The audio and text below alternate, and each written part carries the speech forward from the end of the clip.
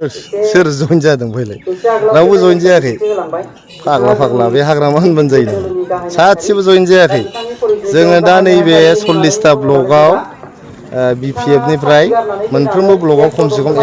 1000 खरि UPPL आव जइन जानो थांगासिनो दं 10 तारिख अक्ट'बरनि गेजेराव 40टा ब्लकआवबो जोंहा जइनिं प्रग्राम जागोन जों जइनिंखौ लाथ'वाखैमोन जों मेम्बारशिप ड्राइभसो खालामगासिनो दंमोन फिसा फिसौ बहाबा माने प्रेसार होनायखाय जों खालामनो गोनां जादों खिन्थु ओरैनो जोङो अर्गानाइजेसनेलि जों डिसिसन लाथ'वाखैमोन मेम्बारशिप ड्राइभसो जादों जोंनि UPPL निफ्राय सासेबो थाङाखै बेयाव दा बिथाङा बिदिनो दाबि धमकी होनानै फुस्लायनानै गोबां BJP नि कर्मीफोरखौ साफा सानै BJP कर्मीफोरखौ BPF आव सोदों होननाय खोनादों बे जिनिसखौ खालामनो नाङा बिथाङा आसाम सरकारनि BJP आरो UPPL सरकारनि बेनिफिटखौ बिथांमोननि 3 MLA फ्रा लागासिनो दं बिखौ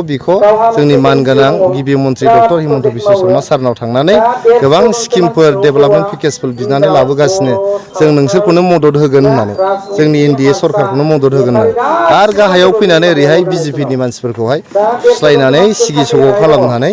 साफा साफै सोगासिनो दङ बे जिनिसखौ बन्द' खालामनांगौ नङाबा जोङो स्टेट गभर्नमेन्टनि बेनिफिटखौ बे MLA फोरनो जों होनाय जानाय नंला गावहालाय माने 17 बोसोराव हा फाट्टा होनो हायाखै बेलाय बिगासेबो हा फाट्टा होलांनो हायाखै बे 17 बोसोराव नोंथांमोना नुबाय जोङो मैया बादि दाखालिबो दिहिरायाव हा फाट्टा रानहैदों जोंनि बर' मानसिफोरनो गरखा मानसिफोरनो